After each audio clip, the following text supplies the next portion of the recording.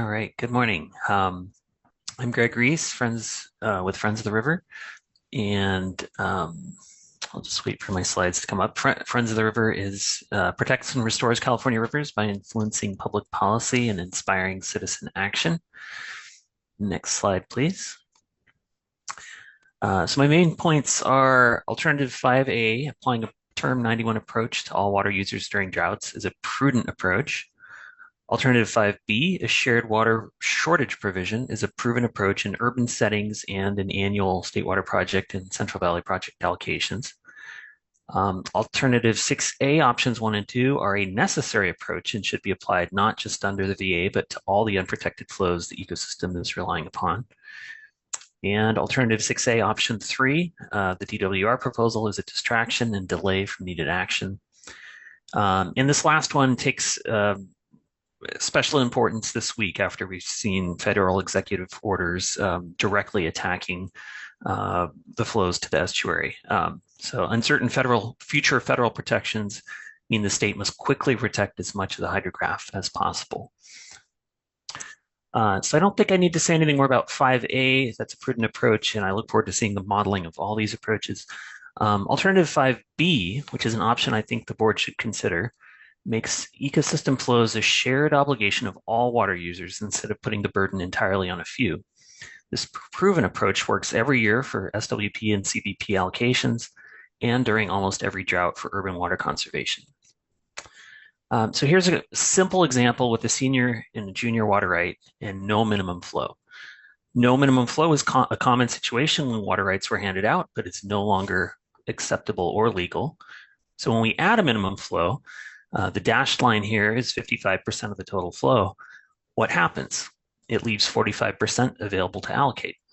So simply following the water rights priority system would result in the top graph, eliminating the junior and allocating all water in this example to the senior.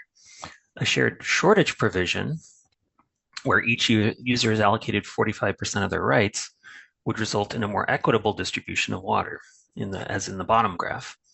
It is up to the board to determine what is in the public interest in each situation. So the alternative 6A approach, protecting the existing flows, is urgently needed. I want to skip to the summary table at the bottom and call your attention to two things. The percent of unimpaired column, labeled percent UIF, shows we are already getting over 55% of unimpaired delta outflow in about half of years. And we don't want that to get worse. We need to protect that flow from declining. And it needs to go up as close to 65% as we can get, and ideally be protected up to 75% in the wet years when it is already occurring. In the percent of unimpaired protected column, which is about the fourth from the right, you can see that if only the protected flows show up at Sassoon Bay, the flow would have only ranged from 16 to 38% of unimpaired flow. So after I explain the graph on this slide, I'm going to quickly flip through the next few slides showing the 2010 to 2018 bay inflow. And these are consistent with the conceptual hydrographs that Barry Nelson just showed you. This work is from Reis, Howard, and Rosenfield 2019, published in San Francisco Estuary and Watershed Science.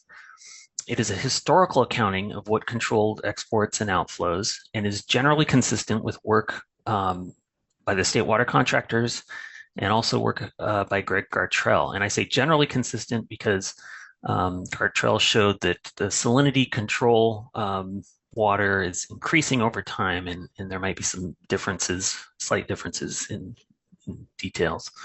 And that's the red area at the bottom, the hydraulic salinity barrier.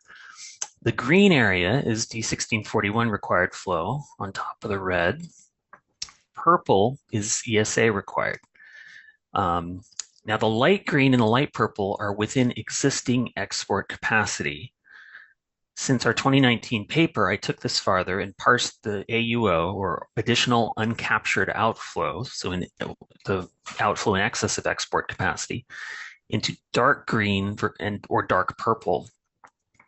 With a future change in infrastructure, that dark purple is mostly unprotected, because aside from Fall X2, it relies on export restrictions such as OMR. So aside from Fall X2, the percent protected in the table at the top does not include the dark purple. Now I know the ESA protections have changed, and I've included this period was all under the 2008 2009 BIOPS, but I've included in the table LTO alternative 2 with no VA and no TUCP for reference.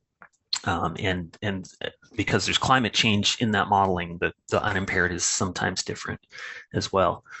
You can revisit these later, so I'll go through these quickly. But as we go through, I want to focus on how little of the hydrograph D1641 in green is protecting.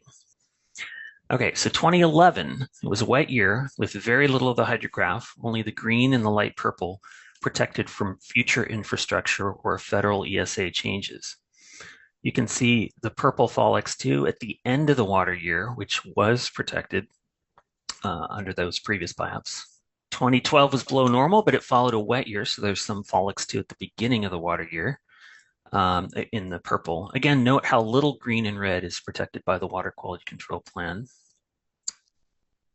2013 was dry, but it had a wet fall, much like this year.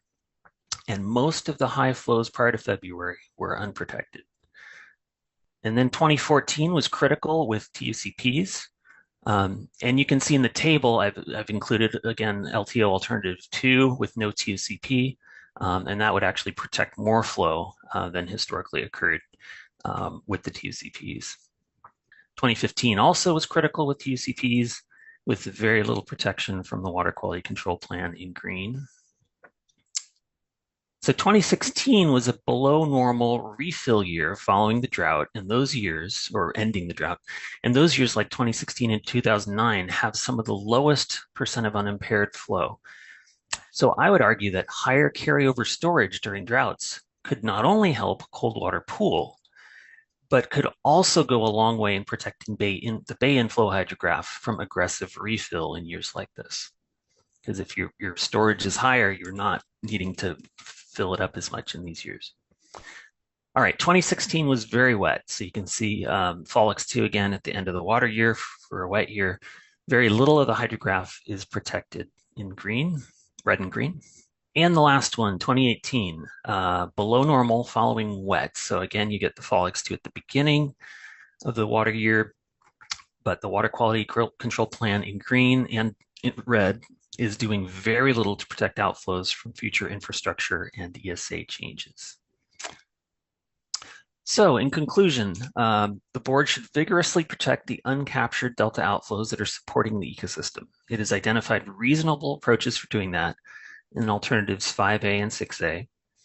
In adding more necessary delta outflow, additional contributions from water users will be more common, and a 5B approach has been proven in other shortage settings and is in the public interest. And as we've seen this week with the executive orders from the federal level, uncertain future federal protection requires the state to quickly step up and protect the existing hydrograph.